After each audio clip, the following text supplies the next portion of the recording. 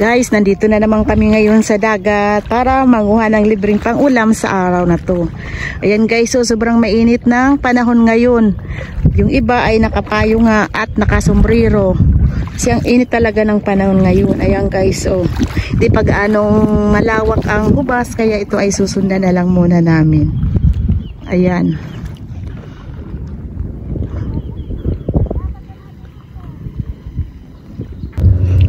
Ayan guys, lapitan po natin sila ate. Ayan oh. Nauna pa silang pumunta sa amin dito sa dagat. Ayan. Ayan oh, nakapayong din kasi sobrang mainit talaga ng panahon. Lapitan po natin. At tingnan kung nakadami na sila. Kasi kami kakarating lang talaga.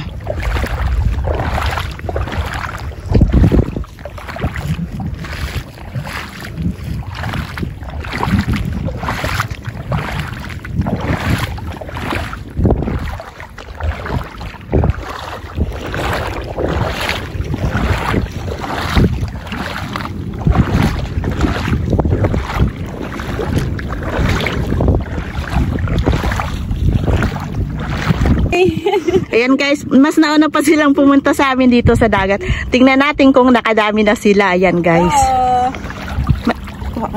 Ayan guys, oh.